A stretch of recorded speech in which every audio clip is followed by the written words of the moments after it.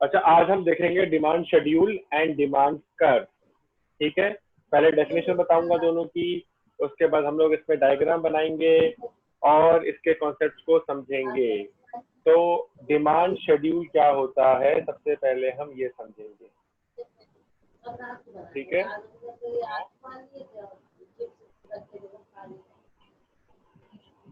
Demand schedule की अगर मैं डेफिनेशन की बात करूं तो it is tabular representation. It is tabular representation showing various quantity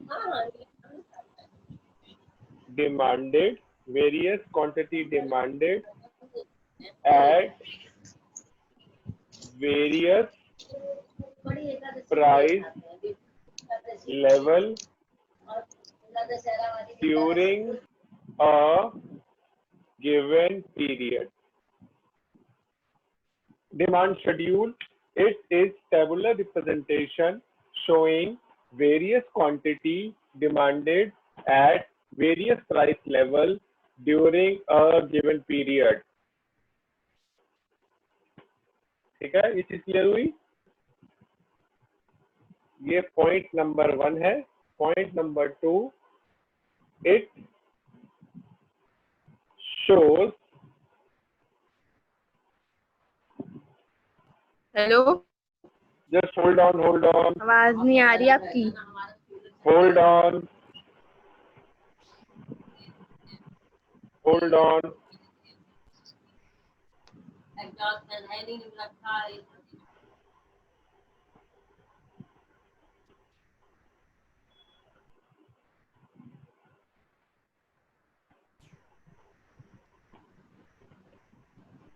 hello, hold on. It shows relationship between relationship between quantity and price। ठीक है, डिमांड शेड्यूल क्या है? डिमांड शेड्यूल एक टेबुलर फॉर्म है। टेबुलर फॉर्म मतलब table में हम दिखाते हैं। टेबल में हम क्या दिखाते हैं?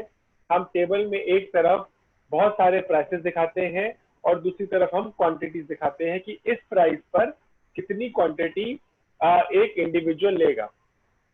ठीक है, ये टेबल जो होती है ये क्वांटिटी और प्राइस के बीच में रिलेशनशिप बताती है। ये चीज आपको समझ आई?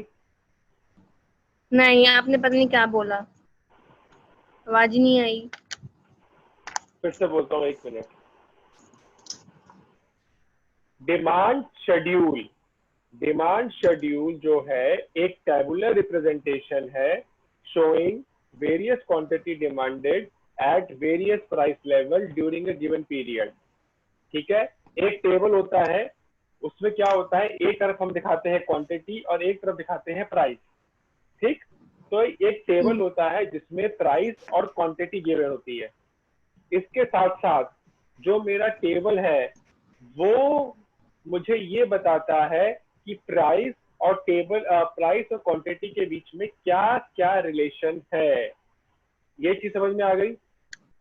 हाँ, ठीक है, अब ये भी मेरे 2 होते हैं, ध्यान रखना। डिमांड शेड्यूल भी मेरे 2 होते हैं। एक होता है मेरा इंडिविजुअल डिमांड शेड्यूल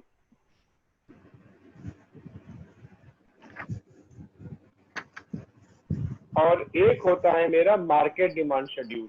अब इंडिविजुअल डिमांड शेड्यूल क्या है? अगर मैं इंडिविजुअल डिमांड की बात करूं, ठीक है, तो individual demand schedule it shows the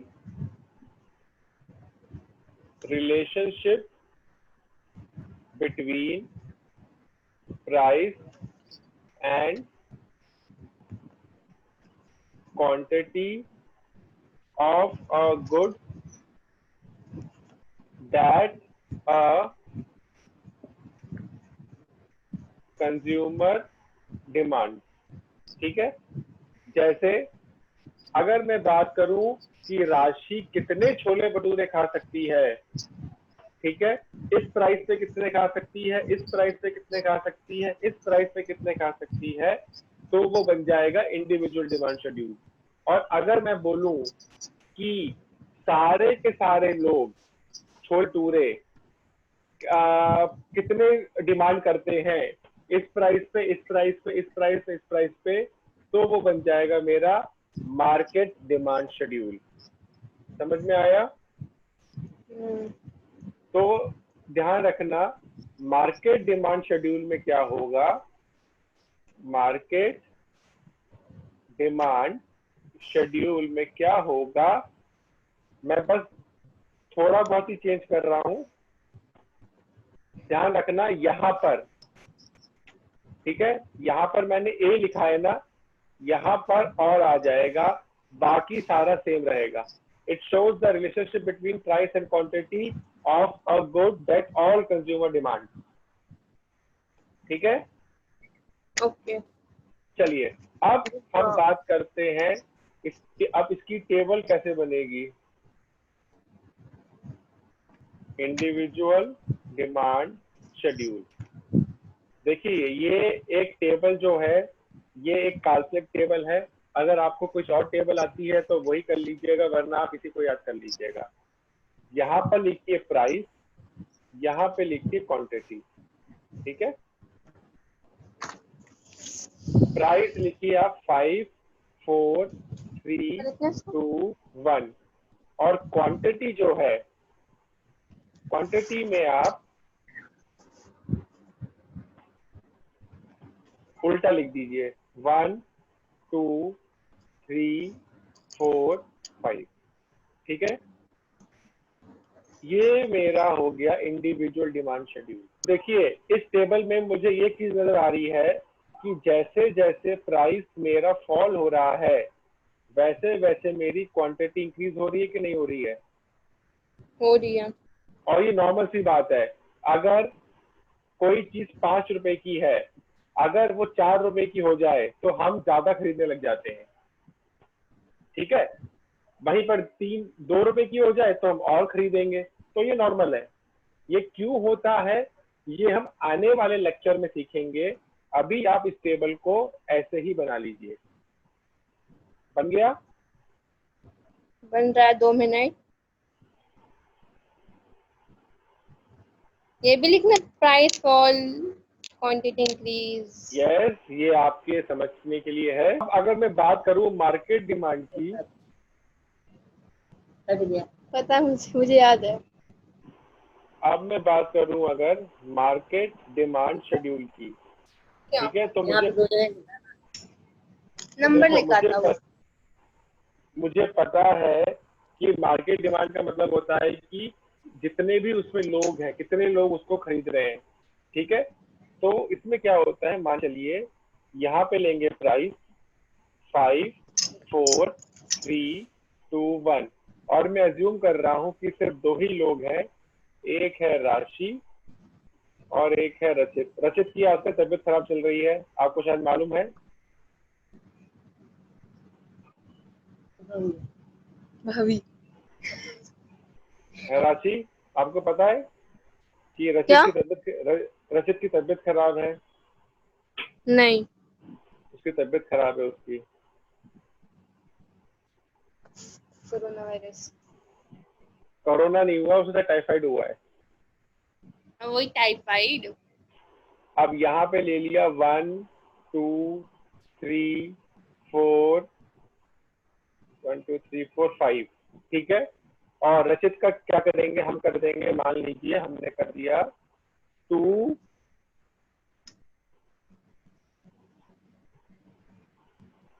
double कर दिया इसका 4 6 8 10। ठीक है, तो टोटल कितनी डिमांड हो गई, 3 6 9 12 और 15। ठीक है, ये मैं फिर से बता रहा हूँ, ये काल्पनिक टेबल है, ठीक है। ये सबसे इजी वे होता है टेबल बनाने का। ये टेबल मुझे क्या दिखा रहा है कि 5 रुपए पे राशि 1 क्वांटिटी खाती है, रचित 2 खाता है, तो मार्केट डिमांड कितनी हो गई? उस प्रोडक्ट की मार्केट डिमांड 3 हो गई। वहीं पर जब प्राइस 4 होता है तो मार्केट डिमांड है 6, जिसमें से 2 क्वांटिटी राशि खाती है, 4 रचित खाता है। 3 रुपए पर मार्केट डिमांड है मेरी 9, राशि 3 खाती है, रचित 6 खाता है।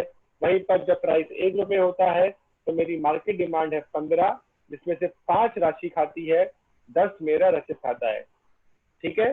तो इसी तरह से मेरी मार्केट डिमांड हम लोग ऐसे बनाते हैं, जितने भी इंडिविजुअल लोग उस प्रोडक्ट को डिमांड कर रहे हैं, हम सबको ऐड करते हैं तो मेरा मार्केट डिमांड आ जाता है। ये चीज क्लियर हुई? और इसमें भी रूल चलता है कि जब प्राइस गिरता है तो क्वांटिटी बढ़ती है, ये हमेशा रूल चलेगा, डिमांड के साथ याद रखना। और राशि, एक चीज बता दूं, अगर आपने डिमांड अच्छे से पढ़ लिया, ठीक है, अगर आपने डिमांड अच्छे से पढ़ लिया तो ध्यान रखना, आने वाला जो एक चैप्टर है वो है सप्लाई, वो आपका खत्म हो जाएगा डिमांड के पढ़ते ही, ठीक है। तो अगर आपने डिमांड अच्छे से पढ़ लिया तो सप्लाई पढ़ाने में मुझे सिर्फ और सिर्फ 10 मिनट लगेंगे बस, ठीक है। ओके। क्योंकि सप्लाई जो है वो डिमांड का पूरा उल्टा है, ठीक। तो इसलिए डिमांड चैप्टर अच्छे से करना हम लोगों को, ओके। ठीक है। डिमांड में जितना भी कुछ है तो मान के चलो, डिमांड कर लिया तो आप एक साथ 4 चैप्टर कवर कर लेंगे अच्छे से, अगर आप 3 चैप्टर अच्छे से पढ़ लिया तो, और उसमें हमारा ही फायदा है। चलिए अब हम बात करते हैं डिमांड कर्व की, ठीक है। तो डिमांड कर्व में कुछ नहीं करना है, जो अभी हमने ऊपर डेफिनेशन की डिमांड शेड्यूल की, यहाँ पे टेबुलर लिखा था ना, वहां पे ग्राफिकल आ जाएगा बस, ठीक है। वहां पे सिर्फ ग्राफिकल आ जाएगा। तो मैं डेफिनेशन तो पूरी लिखा देता हूँ। It is graphical representation, it is graphical representation of price and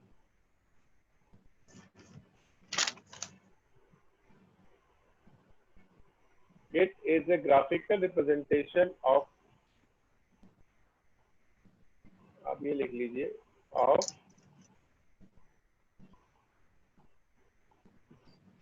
various quantity demanded at various price level during a given period, ठीक है। जब मैं डिमांड शेड्यूल का ग्राफ बना दूं, आप ये समझ लीजिए,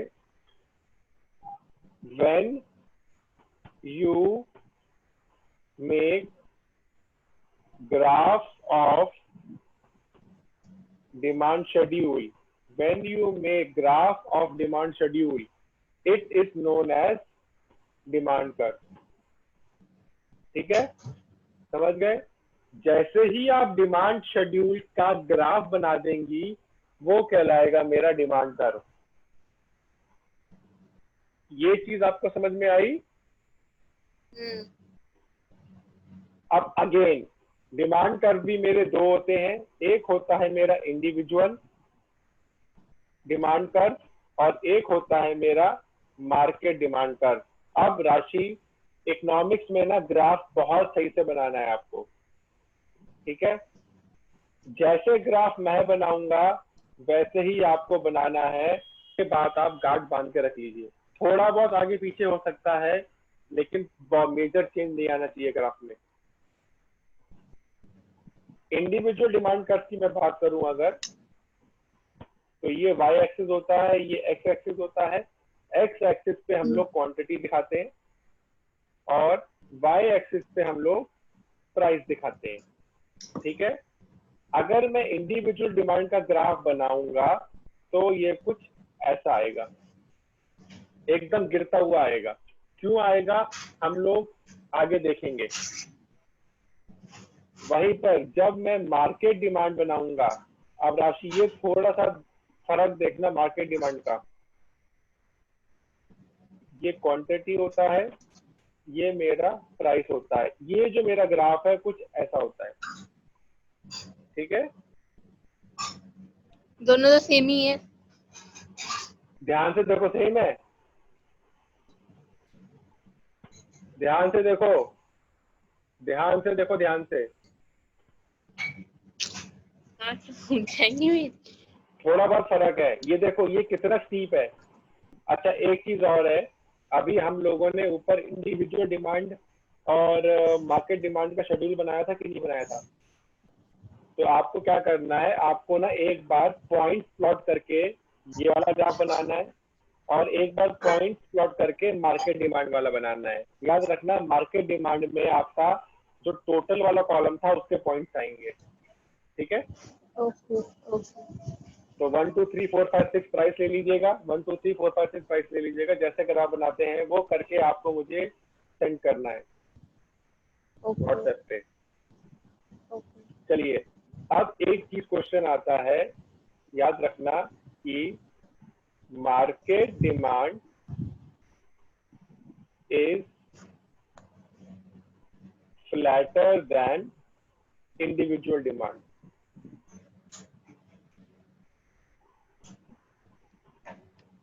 क्वेश्चन आएगा वाई, या ट्रू या फॉल्स में भी आ सकता है, ठीक है।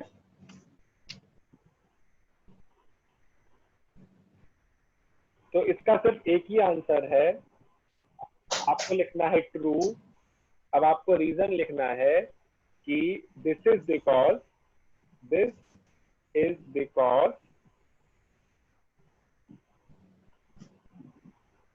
proportionate change, proportionate means percentage, proportionate change in market demand is greater than, individual का भी लिखना है। क्या कह रहे हो, कुछ नहीं कुछ नहीं। is greater than proportionate change in price। देखिए सीबीएसई का क्लियर कट इंस्ट्रक्शन है कि ट्रू फॉल्स में अगर आपने रीजन नहीं लिखा तो आपको मार्क्स नहीं मिलेंगे। याद रखना मार्केट डिमांड फ्लैट होता है, इंडिविजुअल डिमांड फ्लैट नहीं होता है।